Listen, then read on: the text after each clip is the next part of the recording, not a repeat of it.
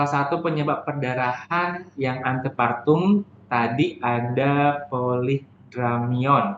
Mengapa dramnion bisa menyebabkan perdarahan, dokter? Ya, jadi polihidramnion itu artinya apa? Polihidramnion itu adalah air ketuban jumlahnya berlebih ya. Artinya normalnya tuh kalau kita periksa USG air ketuban jumlahnya normalnya tuh berapa sih? Biasanya normal tuh 10 sampai 15 ya. Dalam pemeriksaan 4 kuadran. Jadi kalau misalnya teman-teman ukur air ketuban tuh kan kita lihatnya tuh eh, persisi ya di kanan, atas, bawah, kiri, atas, bawah. Nah, kalau totalnya itu lebih dari 15 cm, itu kemungkinan resiko terjadinya polidramnion atau air ketuban banyak ya. Polidramnion itu yang berat itu bisa sampai di atas 25 tuh. 25 cm ya. Mengakibatkan apa? Itu kalau pasiennya polihidramnion, pertama juga kita harus tahu dulu ya, biasanya polihidramnion itu kan nggak normal ya. Biasanya ada beberapa penyebabnya, baik itu diabetes pada kehamilan ya, ataupun memang adanya gangguan anatomi dari bayinya, biasanya atresia esofagus, esofagusnya nggak bisa membentuk, jadi pasiennya nggak bisa minum cairan ya. Karena kan normatifnya itu air ketuban itu sebenarnya diminum juga nih oleh bayinya ya di dalam kandungan. Nah, jadi tuh polidramnion itu akan menyebabkan itu uterus teregang hebat tuh, ya. Kalau uterus teregang, kalau nanti pasca partumnya, dia tuh nggak bisa langsung kempes kayak biasa tuh. Jadi kalau udah saking teregang hebat, nggak bisa berkontraksi, jadinya tuh menyebabkan hipotonia uteri. Nah, itulah yang menyebabkan terjadinya perdarahan. Artinya, pasca kita mengeluarkan cairan yang nanti baik itu lahir normal, entah pecah ketuban, entah waktu kita operasi dari polidramnion itu kita buru-buru ngeluarin air ketubannya. Nah, jadi kembalinya uterus tuh nggak langsung kembali ke ukuran normal. Memang dia kan kalau habis melahirkan tuh kan uterusnya itu dia nggak langsung kembali ke ukuran normal, tapi dia kan harus berkontraksi nih untuk menutup pembuluh darah yang terbuka tadi. Pada pasien kalau terlalu teregang nih, dia kontraksi uterusnya itu miometrium itu nggak bisa bekerja dengan baik. Nah, jadinya hipotoni, jadinya tuh atonia, jadi uterus nggak bisa berkontraksi, makanya menyebabkan terjadi perdarahan. Jadi patofisiologinya gitu, gitu. Jadi kalau teman-teman menghadapi pasien dengan polihidramnion, itu kita udah antisipasi ya.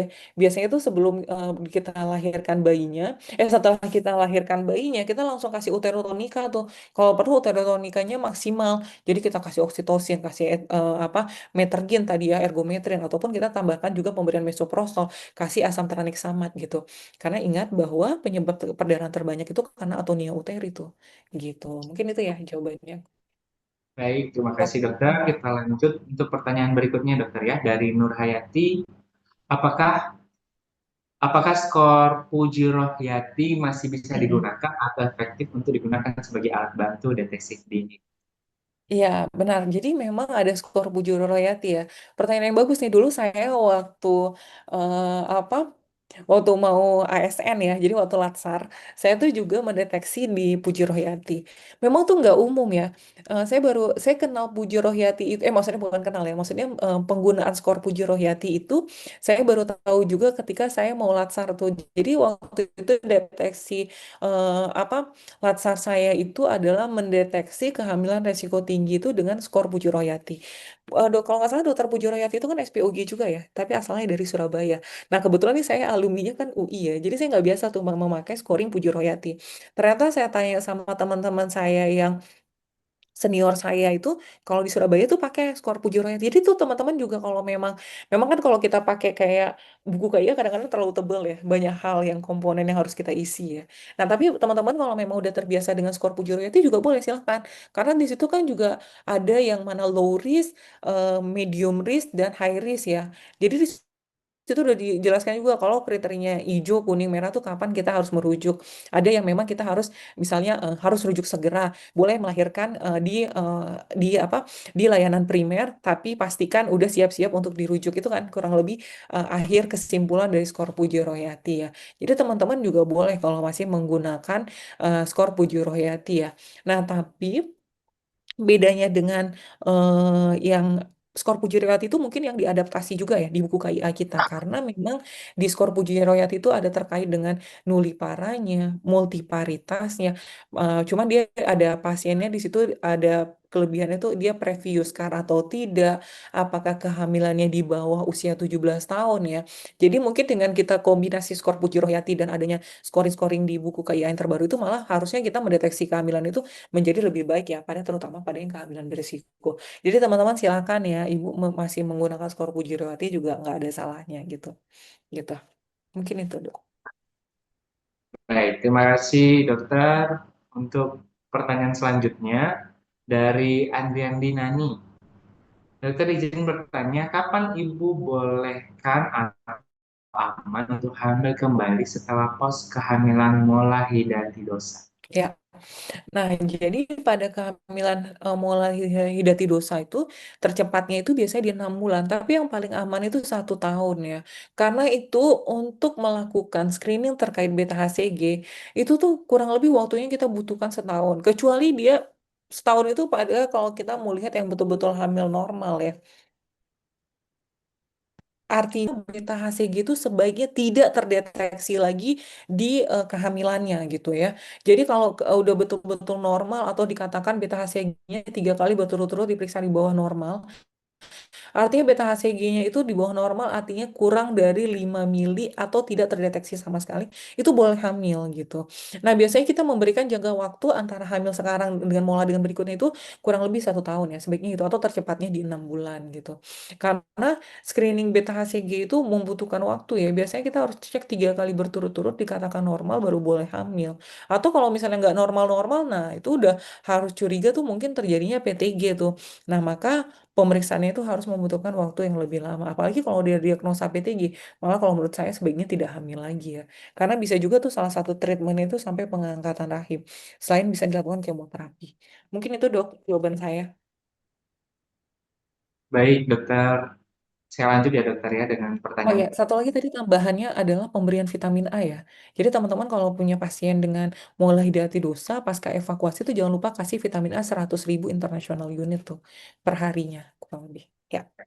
Baik. Baik dokter, pertanyaan berikutnya dari Dahlia Sekarsari.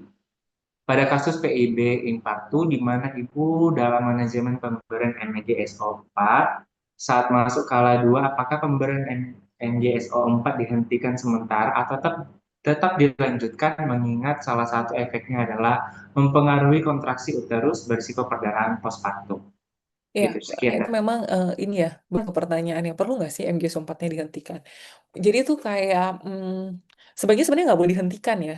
Makanya biasanya kalau misalnya kala 2 pasien dengan apa PEB dikasih MG4 biasanya kan kita kasih akselerasi ya, kita percepat. Jadi kalau misalnya kontraksinya berkurang, kita boleh tambahin oksitosin tuh untuk melakukan akselerasi persalinan untuk menjaga kontraksinya tetap baik. Karena seperti saya jelaskan, kalau kita tiba-tiba menghentikan pemberian MG4-nya, maka akan terjadi resiko sedang.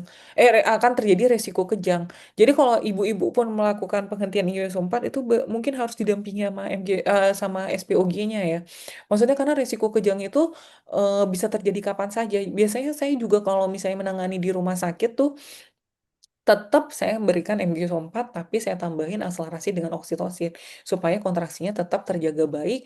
Jadi kejangnya teratasi, mengantisipasi kejang, tapi kontraksi dari rahimnya. Nah, tapi pada beberapa pengamatan sih memang kadang-kadang ada yang menghentikan MG4-nya ya.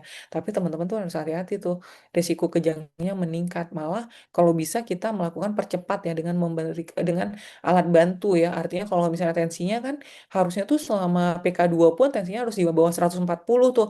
Tapi kadang-kadang kan karena ngedan tuh dia bisa tensinya naik ya, bisa 150 atau 160. Nah, itu bisa menyebabkan kejang karena ibunya diminta untuk mengedan. Maka sebaiknya pada pasien PIB kala duanya itu salah satu rekomendasinya adalah persingkat kala 2 ya. Baik itu dengan kita membantu dengan vakum atau malah sebaiknya di forceps tuh bayinya gitu. Gitu mungkin dok. Jadi memang kayak ada artnya ya, ada seninya. Cuman saya nggak berani kalau ibu-ibu yang nolong sendirian, saya bilang hentikan MG4, saya tidak merekomendasikan ya. Karena saya bilang kejang tidak ada yang tahu nih kapan gitu. Mungkin itu dok. Baik, terima kasih dokter. Bapak, Ibu, dan teman-teman semua, kita masih menunggu ya. Kalau ada yang ingin dibantu spotlight langsung dengan narasumber kita, boleh langsung aktifkan raise hand-nya. Dan kita lanjut dokter, saya rasa banyak banget nih pertanyaan di kolom chat dokter. Kita lanjut ya dokter ya, dari pertanyaan Prati Dwi. untuk pemberian asam tranexamen injeksi, apakah boleh diberikan bidan di PMB? Gitu, Mhm. dokter. Boleh boleh, asam tranexamat itu kan, pemberiannya boleh diberikan oleh siapa saja ya. Jadi boleh silahkan, tapi mungkin pemberiannya tuh agak pelan-pelan ya. Kadang-kadang asam tranexamat itu agak terasa asam tuh waktu dikasih, jadi pasiennya nggak nyaman. Jadi tolong dikasih pelan-pelan, karena apalagi kan dosisnya kita ngasihnya 1000 miligram ya. Kalau yang 500 cc tuh sampai 2 ampul tuh bisa sampai kayak 5 cc-an tuh kita kasih, jadi tolong dikasih perlahan-lahan aja gitu.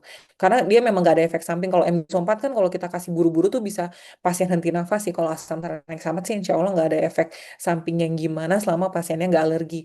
Cuman dia kayak agak lebih terasa di mulut aja. Jadi mungkin dikasih pelan-pelan biar nggak terlalu mengakibatkan tidak nyaman pada pasien gitu. Untuk nifedipin juga sebenarnya bidan-bidan ataupun MG4 jangan ragu-ragu loh untuk ngasih. Karena kan memang tata laksana di layanan primer itu sebelum dilakukan rujukan tuh harus dikasih MG4 sama nifedipin. Jadi silakan teman-teman memberikan gitu. Jangan takut ya. Kadang-kadang kan kita tuh takutnya tuh, ah saya bidan, saya takut nih ngasih MG4. Sebenarnya nggak apa-apa. Itu kan ada di kompetensinya ya. Asalkan pastinya syarat untuk pemberian MG4-nya terpenuhi gitu ya. Jadi refleks patelanya positif, produksi urinnya cukup, pasien yang nggak ada bradipno ya, RR-nya di atas 16 kali. Nah itu silakan lakukan pemberian ya. Tapi tetap syaratnya jangan lupa harus ada si aglukonas atau antidotum. Karena kalau misalnya terjadi keracunan MG4, kita kasih antidotum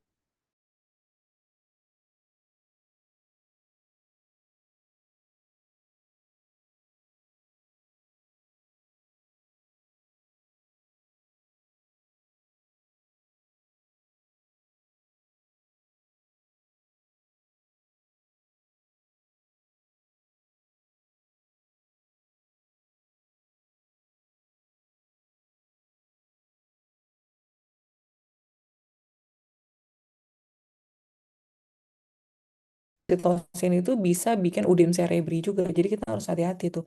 Jadi kurang lebih cuma sampai 6 ampul ya maksimal dalam 24 jam. Gitu. Mungkin itu dok. Baik, baik dokter. Kita lanjut lagi dokter, pertanyaan dari Nur Hayati nih dokter, terkait dengan MGSO4 lagi.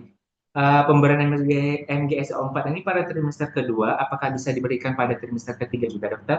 Boleh MG4 boleh diberikan pada selama diagnosis preeklamsianya tegak, jadi boleh diberikan pada trimester berapapun ya, bahwa baik itu trimester 2 atau trimester 3.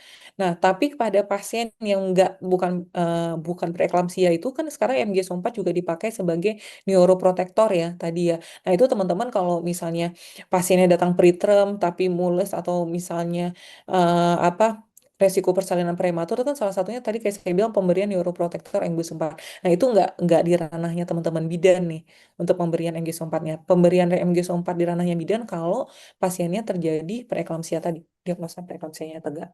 Gitu ya mungkin ya, Dok. Hmm. Baik dokter. Nah, pertanyaan dari Yulia Starina nih dokter. Apakah faktor utama terjadinya kehamilan lewat bulan dokter? Faktor resiko kehamilan lewat bulan ya. Jadi Iya. yang pasti adalah hormon oksitosinnya tidak terlalu banyak ya biasanya ya. Kemudian mungkin bayinya terlalu besar. Kemudian memang beberapa jenis kelamin ya, jenis kelamin laki-laki katanya memang jadinya agak lebih lama ya. Nah, itu mungkin beberapa faktor risiko terjadinya post date tadi ya. Yang pasti tadi karena hormon oksitosinnya, sebenarnya hormon oksitosin itu udah dihasilkan pada usia kehamilan kurang lebih di 28 minggu dan makin optimal, makin jumlahnya tinggi adalah ketika usia kehamilannya itu di aterem ya. Nah, selain hormon oksitosin juga harus terjadinya penurunan kadar progesteron. Nah, kalau hormon ini nggak seimbang nih, makanya terjadinya mungkin yang namanya hamil lewat waktu. Dan kalau anak pertamanya itu hamil lewat waktu, biasanya anak keduanya juga beresiko hamil lewat waktu gitu. Yang penting sih sebenarnya hamil lewat waktu adalah bagaimana kita melakukan pengamatan kapan sih sebenarnya waktu persalinan yang tepat ya. Apakah kita masih bisa menunggu secara normatif ya, ataukah memang kita harus buru-buru nih induksi gitu.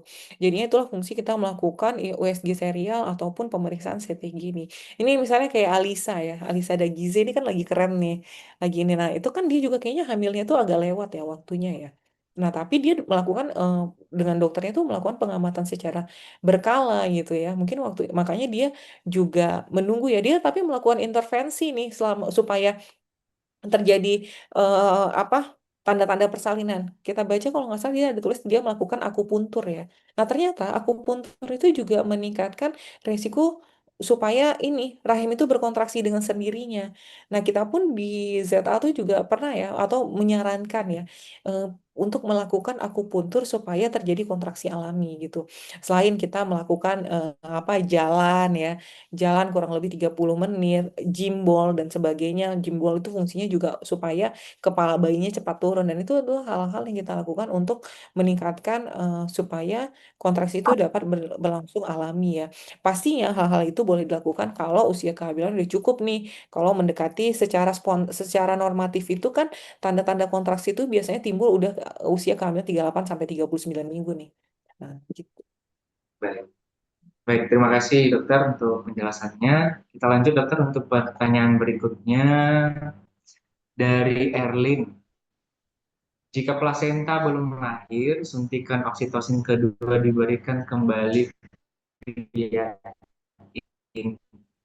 intramuskular atau cairan D5 Ya boleh. plus oksitosin dokter. Boleh, boleh, nggak apa-apa. Jadi boleh, sebenarnya oksitosin itu kan bisa dikasih intramuskular ataupun IV. Jadi teman-teman kalau misalnya tadi kayak 15 menit plasentanya belum lahir, boleh kok dikasih oksitosinnya lagi via IV, nggak apa-apa, nggak ada masalah. Dengan cairan D5% juga ya dokter, boleh ya. Ya, boleh, boleh, boleh. Tapi biasanya kita pakainya RL ya, sih jangan pakai Dex 5% tuh kalau nyampurin obat-obatan. Oh, baik. Baik, kita lanjut ya dokter ya. Pertanyaan dari Eli Panca. Di saat ibu hamil dikasih diazepam bisa menyebabkan hipoksia pada janin. Tapi kalau diberikan dengan dalam pemantauan atau diberikan oksigen dengan NRBM, apa bisa atau diperbolehkan? Nggak boleh ya. Sebenarnya tuh kayak ini pernah kejadian nih Hmm, masalahnya. Saking nggak tersedianya MG4, tapi karena ibunya kejang, dia Zepam nih yang dikasih. Sampai ke tempat kita bayinya IUFD. Stillbirth jadi lahirnya. Jadi diazepam itu kalau saya pribadi ya sekarang kita juga bukan rekomendasi awal ya pemberian diazepam. Ya memang rekomendasinya adalah MG4. Pasti kan siapa sih ibu yang mau bayinya tiba-tiba lahir dalam keadaan stillbirth gara-gara kita kasih diazepam. Makanya teman-teman tuh harus menyediakan diazepam di lini pertama ya. Kan nggak mungkin kita bilang, Bu, ini diazepamnya expired, saya nggak punya, diazepam, saya nggak punya MG4, jadi saya suntik diazepam, kecuali bayinya itu udah nggak ada ya. Kan kejang itu juga bikin hipoksia ya, misalnya eklamsi, hipoksia gitu. Kejangnya udah berulang waktu teman-teman di JJ bayinya udah nggak ada ya itu mungkin nggak apa-apa ya. Tapi kalau bayinya masih ada, tolong hindari penggunaan diazepam ya. Gitu. Gitu dok. baik, baik dokter, kita lanjut lagi. Oke, ini pertanyaan dari Maisaroh, dokter. Yang pertama, apabila ada pasien dengan kehamilan di atas 20 minggu dengan tensi 140/90, odema pada kaki tetapi urin protein negatif, apakah itu dikatakan PEB? Dan apakah usia kehamilan di 41 minggu sudah termasuk kehamilan serotinus? Mm-mm. Begitu, dokter. Ya, Pertanyaan. jadi kalau misalnya tekanan darah di atas 140/90 tapi proteinnya negatif ya, itu mungkin kita bisa mendiagnosa dengan preeklamsia without severe future ya, gitu ya. Jadi kalau yang severe future atau yang preeklamsia berat itu ya definisi lama itu kan kalau tekanan darahnya 160/110 ya. Nah, tapi kan ada yang istilahnya preeklamsia without severe future atau preeklamsia tadi tanpa gejala berat ya. Itu udah termasuk preeklamsia. Kalau misalnya usia kehamilannya di atas 37 minggu, udah term tuh jawabannya apa? Terminasi kehamilan. Gak ada tempatnya lagi kita menunggu ya. Karena kalau kita menunggu takutnya malah jatuhnya ke preeklamsia berat nantinya. Kemudian pengertian dari kehamilan serotinus itu atau posterum itu adalah kalau lebih dari 41 minggu plus 6 atau di atas 42 minggu. Nah, di situ baru kita bilang dia kehamilannya posterum. Tapi kalau misalnya masih 41 minggu sih kita bilangnya post date ya gitu. Mungkin itu kalau definisi di buku ya. Kalau teman-teman baca William Obstetric itu definisinya seperti itu dikatakan serotinus atau posterum kalau usia kehamilannya di atas 41 minggu plus 6 atau di atas 42 minggu. Gitu mungkin, Dok. Mm. Baik, dokter. Terima kasih. Kita lanjut pertanyaan berikutnya dari Hasana. Sebenarnya definisi abortus itu sampai usia kehamilan berapa minggu ya dokter? Karena kita ada STOG yang tulis dengan diagnosa Gravidarum 16 minggu dengan IUFD. IUFD. Terima kasih dokter gitu.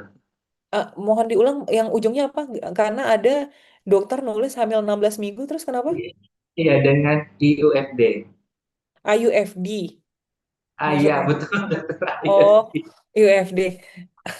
Iya, jadi sebenarnya abortus itu jadi dia kan kurang dari 20 minggu ya. Biasanya kalau misalnya IUFD itu mungkin gini maksudnya ya. Itu usianya 16 minggu tapi tiba-tiba denyut jantungnya hilang. Biasanya kita bilangnya sih fetal demise ya atau early fetal demise ataupun late fetal demise sih. Memang ada beberapa item tuh teman-teman biasanya nulisnya ada yang bilang juga IUFD ya. Sebenarnya itu memang udah abortus lah, pasti termasuk part dari abortus ya. Gitu. Gitu mungkin dok. Baik, Mm. dokter. Sebentar. Ini kita lanjut lagi dokter yang ada di kolom chat ya dokter ya. Dari Erlin, untuk terapi hipertensi dalam kehamilan dan pemberian aspilet dimulai pada tekanan darah berapa dan usia kehamilan berapa minggu dokter? Ya, jadi kan aspilat itu yang pasti ya. Kalau aspilat itu diberikan pada pasien yang udah kita tahu punya faktor resiko, misalnya preeklamsia berat sebelumnya, pasien dengan hipertensi kronis, pasien dengan diabetes ya. Jadi punya faktor resiko pemberat yang faktor resikonya tinggi tuh. Pasien dengan misalnya hamil kembar, pasien dengan kelainan gagal ginjal pada ibunya. Nah, kita boleh start aspilat itu pada saat usia kehamilan kurang lebih 14 minggu. Tapi apa yang harus diedukasi?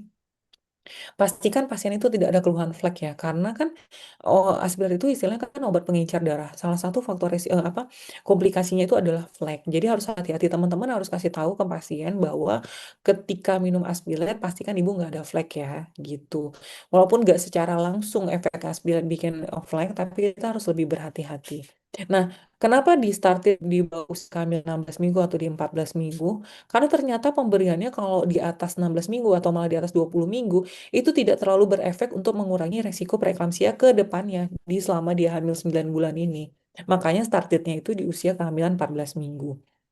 Nah, begitu juga dengan pemberian kalsium ya. Kalsium itu kan nggak ada efek samping ya untuk ibunya.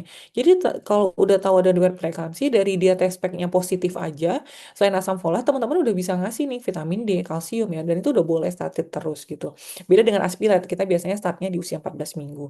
Nah, terkait dengan pemberian obat-obatan hipertensi ya. Obat-obatan hipertensi itu biasanya baru kita berikan kalau memang terbukti tekanan darahnya itu di atas 140/90. Artinya gini, kalau pada pasien dengan pemberian aspirat kalsium tuh kalau memang punya faktor resiko tapi tekanan darahnya nggak di atas 140/90, teman-teman silakan berikan aja langsung gitu. Nah, tapi kalau untuk obat darah tingginya, itu biasanya kita berikan kalau memang sudah terbukti tekanan darahnya itu naik ya, di atas 140/90. Nah, terkait usia berapa kan kalau preeklamsia yang murni itu kan di atas 20 minggu ya. Nah, itu obat-obatan yang biasa kita berikan apa? Nifedipin dan metildopa ya. Itu yang paling safe ya. Malah yang paling safe selama kehamilan itu metildopa ya. Efek hipoksiknya kemudian apa?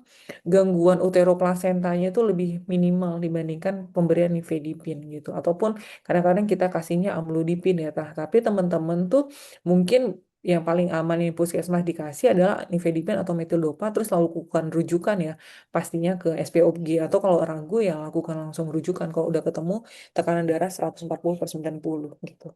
Baik Mungkin dokter, itu dok. terima kasih. Sama-sama. Dokter, kita lanjut lagi ya dokter ya. Pertanyaan dari kolom chat ini ada beberapa lagi dari dokter Jane Christine. Pertanyaan beliau pertama izin bertanya dokter, penggunaan kortikosteroid untuk pematangan paru janin pada PIW diberikan sampai kapan ya dokter dan berapa kali pemberiannya? Dan ada pertanyaan lagi dokter dari dokter Jane lagi. Mohon maaf dokter, pertanyaan saya dari luar materi. Izin dokter untuk pasien ibu hamil dengan sifilis laten, pilihan obat di PKM tidak ada BPG, hanya ada Procaine, penisilin G. Menurut literatur yang saya baca, pemberian PP dilakukan 1,2 juta unit di M atau 50.000 unit per kilogram berat badan per hari selama 10 hari. Apakah perbedaan cara pemberian dan aturan pakai BPG dan PPG dokter? pemberian steroid ya. Pemberian kortikosteroid untuk pematangan paru pada janin atau pada pasien dengan resiko persalinan prematur, itu kita berinya yang udah pasti ada tuh dexamethasone ya biasanya ya. Dexamethasone itu kita berikan 2 hari dengan dosis 6 miligram. Jadi kurang lebih 4 kali pemberian dengan selisih waktu per harinya 12 jam.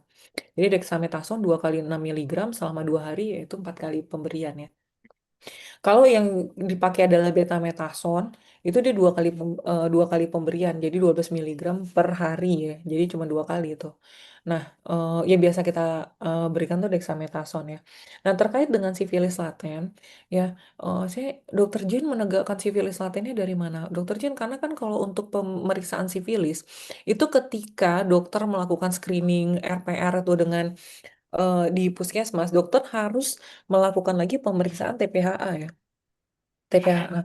Nah, kalau saya sih biasanya berkolaborasi dengan dokter kulit ya. Jadi kita meriksa dulu TPHA-nya. TPHA-nya tinggi nggak sih? Karena kan nggak semua sifilis tuh pasti TPHA-nya positif ya. Karena nggak, maksudnya menegakkan diagnosa sifilis pasti itu kan harus memeriksakan pemeriksaan TPHA dan VDRL ya. Ya kan gitu. Nah, jadi kalau misalnya memang itu, biasanya memang pilihannya benzatin penisilin. Dan kita biasanya pasca kita kasih benzatin penisilin 1 kali, kita evaluasi lagi tuh bulan depannya gitu kan. Nah, saya memang jarang ya pakai prokain penisilin. Lagian rekomendasi dari POGI sendiri tuh pemberiannya adalah benzatin penisilin. Ya mungkin saya juga belum bisa menjawab nih pertanyaannya ya dengan pemberian prokain penisilin karena dari POGI sendiri tuh pemilihannya adalah benzatin penisilin. Kalau nggak ada malah pilihannya tuh terapinya kalau saya nggak salah tuh malah cefixim gitu, bukan pakai prokain penisilin. Mungkin ntar saya coba cari juga di jawabannya lagi ya. Jadi untuk pertanyaan kedua saya belum bisa menjawab. Karena pilihannya biasanya benzatin penisilin. Atau kalau alergi pun dikasihnya kalau saya nggak salah tuh cefixim, bukan pilihan jadi prokain penisilin. Mungkin itu ya dok. Dokter Jen. Baik. Hmm. Baik, dokter. Kita lanjut lagi dari Anissa Eka. Pertanyaan dari Anissa ini pada pasien pro-SC, AI preeclampsia on drip NGSO4, itu apakah drip NGSO4 boleh tetap dilanjutkan selama operasi atau apakah waktu stop NGSO4 sebelum waktu operasi SC-nya? Ya, biasanya kita lanjutkan kan sama kayak tadi persalinan normal. Pertanyaannya kalau dua tuh di stop atau enggak sih gitu. Jadi tetap kita lanjutkan ya pemberian MG4 tadi gitu. Baik. Hmm. Baik, dokter. Pertanyaan lagi, dokter, dari Dela Kartika. Untuk Ibu Aksektor KB 3 bulan tidak mengalami haid, usia di atas 45, kapan kita tahu Ibu menopause dan kapan suntik KB ini dihentikan? Lalu apakah vaginal toilet atau vaginal washing boleh dilakukan? Gitu dokter, pertanyaan dari Dela. Hmm. Ya, jadi efek samping penggunaan KB 3 bulan itu memang kan harusnya pasien nggak haid ya, atau flek-flek aja. Kenapa? Karena pasien isi KB 3 bulan itu adalah, dia kan isinya golongan progestin ya. Depo medroksiprogesteran asetat misalnya ya, itu kan apa salah satu bentuk dari progestin ya. Nah, dia efek sampingnya itu memang menekan kadar estrogen. Jadi progesteron, efek progesteron terhadap tebal endometrium ya. Kalau kita USG itu adalah endometriumnya jadi tipis. Jadi dia nggak haid memang. Ataupun malah flek-flek ya. Nah, teman-teman, kalau misalnya udah ada pasien di atas 45, kalau dia memang tidak mau haid lagi kan sebenarnya ber-KB ya tetap, walaupun sebenarnya di atas usia 45 itu jarang ya untuk terjadi kehamilan. Atau kalau memang ragu adalah kita stop dulu nih KB-nya. Ganti kontrasepsi yang lain. Tadi kan pertanyaannya apakah ini kita bisa bilang menopause? Enggak dong pastinya. Karena karena menopause itu kalau memang dia haidnya itu tidak haid 1 tahun dan bukan karena penggunaan KB ya gitu. Jadi saran saya kalau kondisi pasien kayak gini ya, hentikan aja dulu KB-nya, kita lihat. Harusnya kan dalam penghentian KB suntik itu dalam waktu 3 sampai 6 bulan tuh pasiennya udah haid lagi gitu ya. Jadi kalau misalnya memang setelah penghentian KB, misalnya dalam waktu setahun itu dia nggak haid juga, ya mungkin memang pasien menopause ya.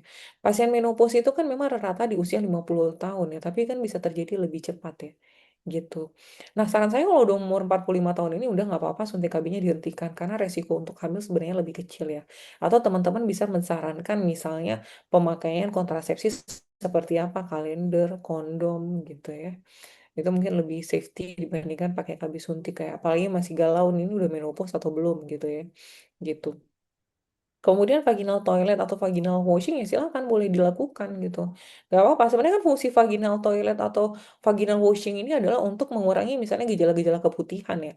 Biasanya kita lakukan vaginal toilet atau vaginal washing itu untuk keputihan. Mungkin tidak dihubungkan dengan karena dia nggak haid ya nggak ada hubungannya gitu.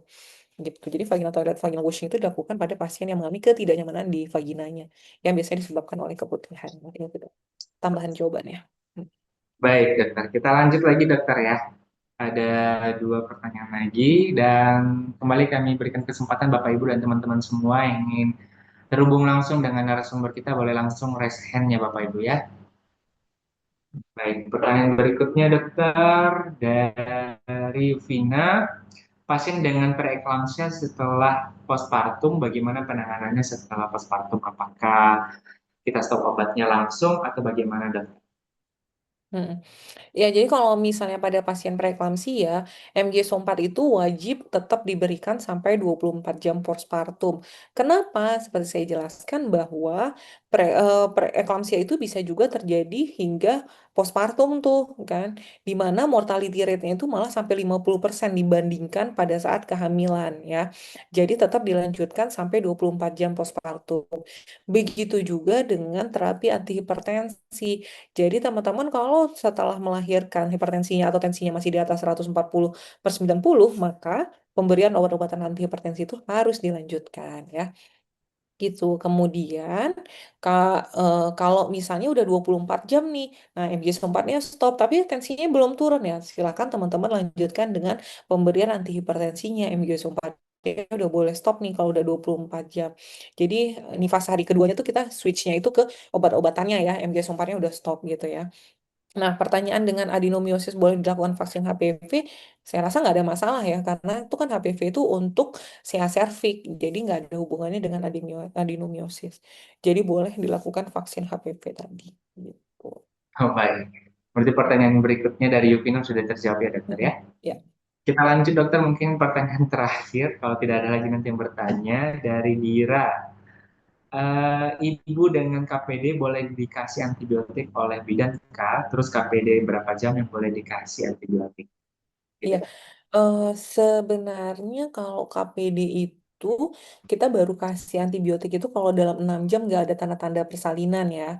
Jadi 6 jam nggak ada persalinan, air tubannya terus mengalir, itu kita pemberian antibiotik ya. Em, untuk kapasitas bidan dalam pemberian antibiotik itu memang mungkin harus ada instruksi dari dokter ya. Karena kayaknya dalam wewenangnya tuh nggak boleh langsung ya Bu ya, Bu Dira ya. Jadi misalnya gini, Bu Dira kerjanya tuh di Puskesmas Ponek ya. Puskesmas Ponek itu Ponet ya, Puskesmas Ponek ya. Ponek itu kan boleh komprehensif ya. Nah, itu kan biasanya ada dokter umumnya ya. Jadi harus ada instruksi dari dokter umumnya dulu baru boleh memberikan antibiotik.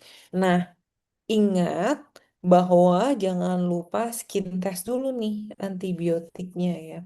Antibiotik yang biasa kita berikan adalah golongan cephalosporin nih untuk KPD ya. Tapi sebenarnya harus base dari jenis kuman yang paling sering ditemukan baik itu di rumah sakit atau di puskesmas ya. Biasanya sih kita kasihnya ampicillin sulbactam ya. Atau kalau nggak tersedia ceftriaxone ataupun cefotaxime. Tapi ingat teman-teman semua sebaiknya atas instruksi dokter dan jangan lupa dilakukan skin test dulu karena kan ada beberapa kejadian pasien shock anafilaktis pasca pemberian antibiotik ya. Jadi mungkin kalau untuk antibiotik itu harus ada instruksi dokternya dulu ya. Bu Dira ya, jangan langsung juga diberikan gitu. Mungkin itu tambahannya, Dok. Baik dokter, terima kasih. Oh, masih ada lagi ini dokter pertanyaan dari Endang. Vaksin HPV, apakah masih boleh dilakukan di usia 35 tahun dokter? Persentase melindunginya apa masih kuat? Kalau boleh ambil yang berapa kali vaksin dokter? Mm-mm. Nah, jadi mungkin bukan HVP ya, HPV, Human Papilloma Virus ya. Yang tadi kan ada dua orang nih nulisnya HPV. Nah, jadi kan terkait sebenarnya pemberian vaksin pada usia 35 tahun. Sekarang kita balik dulu ya. Kenapa dikasih pada anak usia 9 sampai 10 tahun di awal? Karena CA cervix itu kan faktor risiko yang terbanyak itu karena berhubungan seksual ya. Artinya berhubungan seksual terlalu muda di bawah 17 tahun, faktor resikonya kemudian bergonta-ganti pasangan seksnya. Itu yang pertama, apa, penyebab terbanyak dari CA cervix.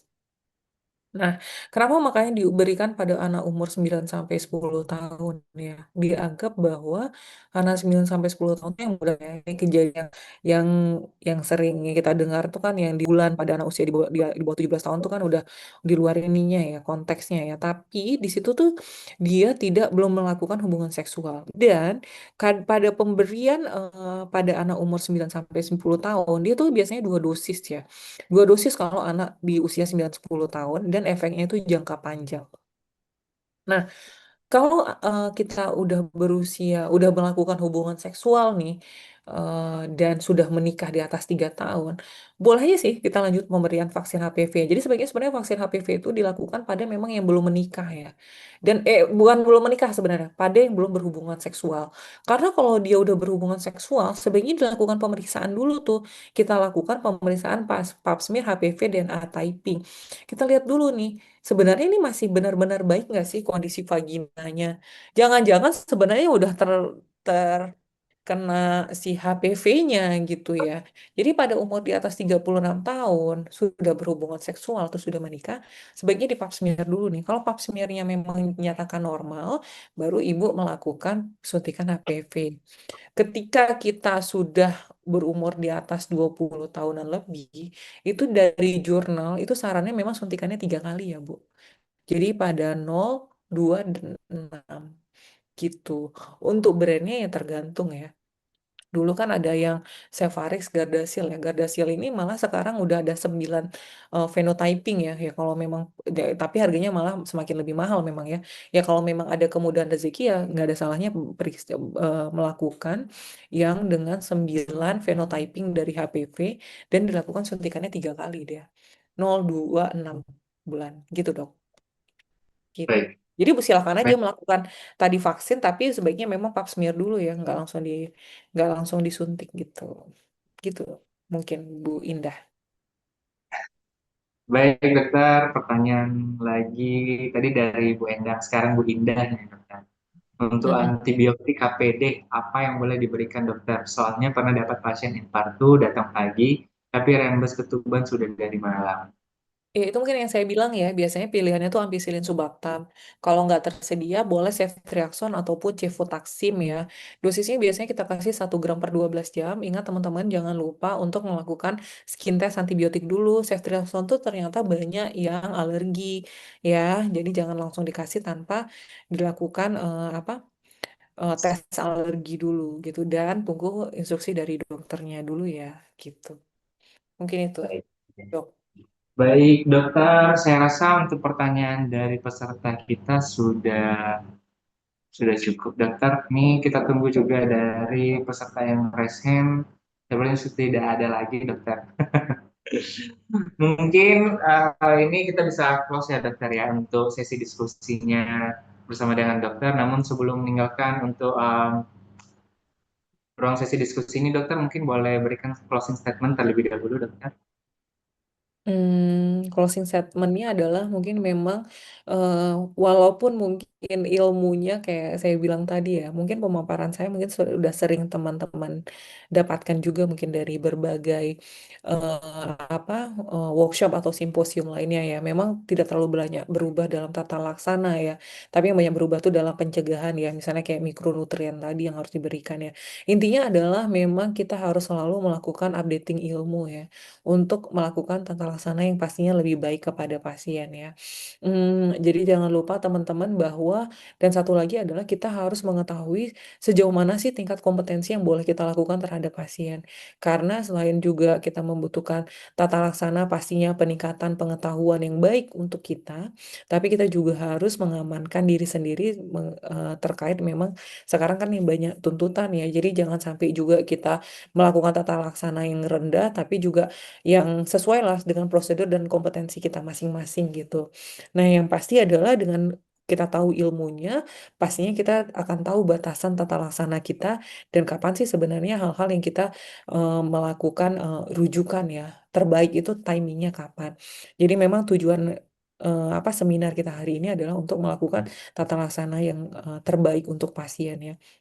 Mungkin juga kayak terkait masalah ginekologi itu memang kan itu bukan ranahnya mungkin di teman-teman di layanan primer ya. Jadi kalau teman-teman menemukan masalah-masalah ginekologi, teman-teman hanya mampu untuk eh, kompetensinya adalah mampu melakukan diagnosis atau kira-kira nih diferensial diagnosisnya apa ya dan lakukan rujukan segera ke pihak terkait ya untuk apa penanganan yang terbaik untuk pasien teman-teman. Mungkin itu aja dari saya, Dok. Terima kasih.